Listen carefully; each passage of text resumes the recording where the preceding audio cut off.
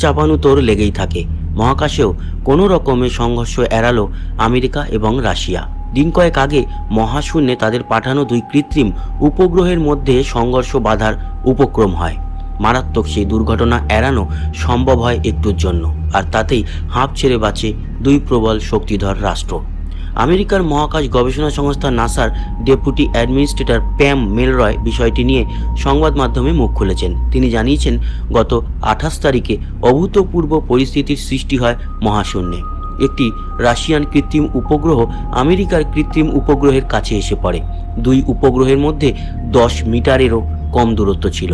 ওই অবস্থায় দুটির মধ্যে একটিকেও নিয়ন্ত্রণ করা সম্ভব ছিল না। একেবারে মুখোমুখি চলে আসে দুই কৃত্রিম উপগ্রহ। নাসার থার্মোস্ফিয়ার, লোনোস্ফিয়ার, মেসোস্ফিয়ার এনার্জেটিক্স অ্যান্ড ডাইনামিক্স বলে স্যাটেলাইটটি সেই অভিযানে সামিল কৃত্রিম উপগ্রহ এবং রাশিয়ার কসমস কৃত্রিম উপগ্রহের মধ্যে মুখোমুখি সংঘর্ষের উপক্রম হয় মহাকাশে। নাসার উপগ্রহটি একেবারে কাছে চলে আসে কসমসের। সেই নিয়ে প্রহরও গুনতে শুরু করে দিয়েছিলেন বিজ্ঞানীরা, তবে শেষ পর্যন্ত বিপদ কেটে যায়।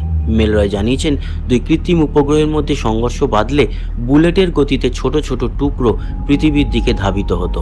10,000 মাইল প্রতি ঘন্টার গতিতে পৃথিবীতে আছড়ে পড়লে ভয়ঙ্কর ক্ষতি হতে পারত।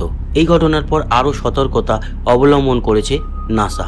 কৃত্রিম উপগ্রহগুলির কক্ষপথ যাতে বাধামুক্ত থাকে, কোথায় ধ্বংসাবশেষ বা অন্য কোনো কৃত্রিম উপগ্রহ রয়েছে তার উপর নজরদারি চালানো যায়, যাতে তার উপর জোর দেওয়া হচ্ছে। আরও একটি খবর